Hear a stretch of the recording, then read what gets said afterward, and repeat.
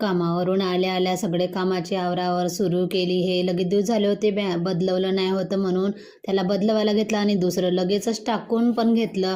आणि स्वयंपाकावर काल धुतले होते, काल काही वाढले नव्हते म्हणून मी टाकलेच नाही, आज टाकून घेतले. आणि इकडे मोड भिजत घातली होती, त्या मोटाचे मला बनवायचे होते थालीपीठ म्हणून मी मोड, सांबार, मिरची सगळं टाकून घेतलं आणि कणिकमध्ये तीळ, ओवा सगळा टाकून घेतला.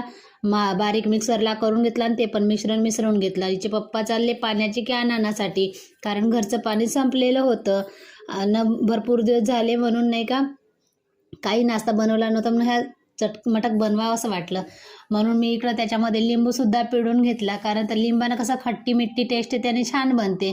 मग लगेचच मी त्याला ताव्यावर सुद्धा पगडलं. पहा ना किती सुंदर झाले आहे, एक एवढंसं चिटकत नाही काही नाही आणि छान सुंदर असे सॉफ्ट नाही का थालीपीठ तयार होते. खायला पण इतके टेस्टी लागत होते ना का खूपच.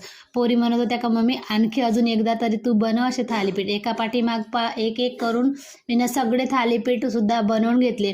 पण सगळे थालीपीठ एकदम असे मस्त झाले, असे नरम